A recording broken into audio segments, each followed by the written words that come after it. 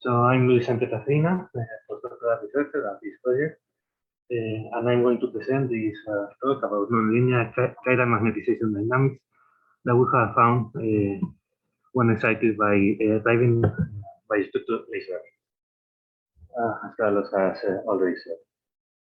So I want to start presenting the people involved in this work, the people from Attostructura involved in Attostructura, but also LUMES-USAL.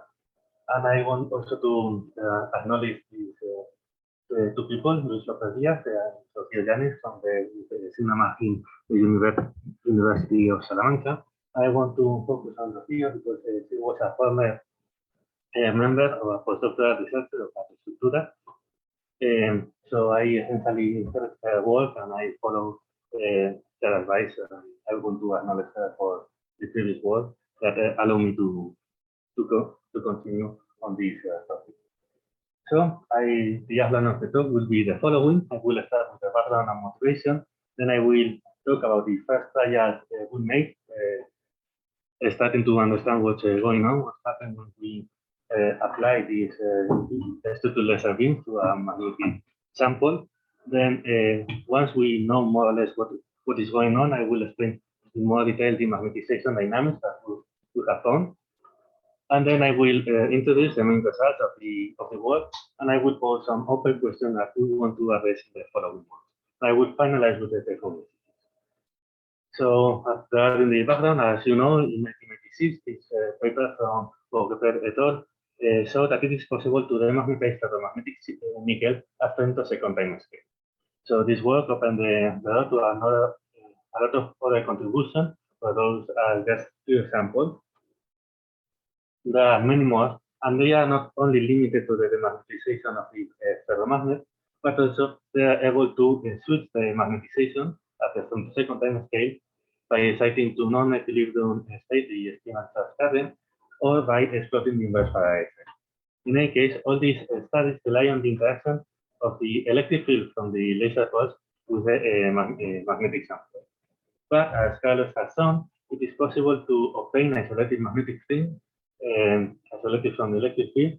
For example, the proposal from my group was to apply a vector beam, a simultaneously polarized vector beam to a metallic aperture, so generating the electric current in the metal, which generate the magnetic field with a very high admittance, so isolated from the electric field.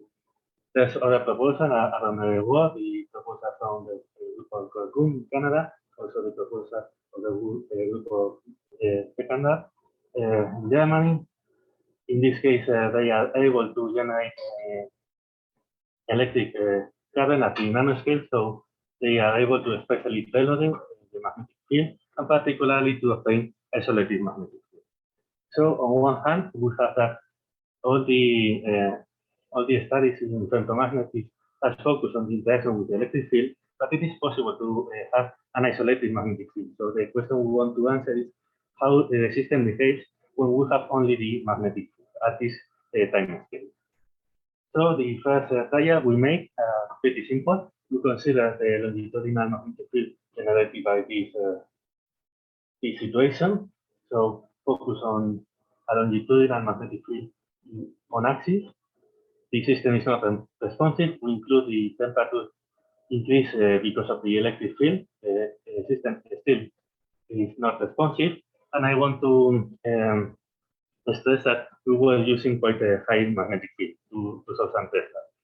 So it's not a very good this result, but the situation changes completely when we consider not only the longitudinal magnetic field component, but also the in-plane magnetic field component. In this case, a radial magnetic field component. In that case, we start to have some response in the magnetic system. The system starts to switch in some region of the material, and I want to stress that this region is not the same as the maximum intensity of the in-plane magnetic field, but is a region intermediate between the maximum intensity of the in-plane field and the maximum intensity of the magnetic field. So this region occurs when the vector field of the in-plane magnetic field and the longitudinal magnetic field is maximum. Indeed, if we cancel one field or the other, we will have no effect. We need both components to have some effect.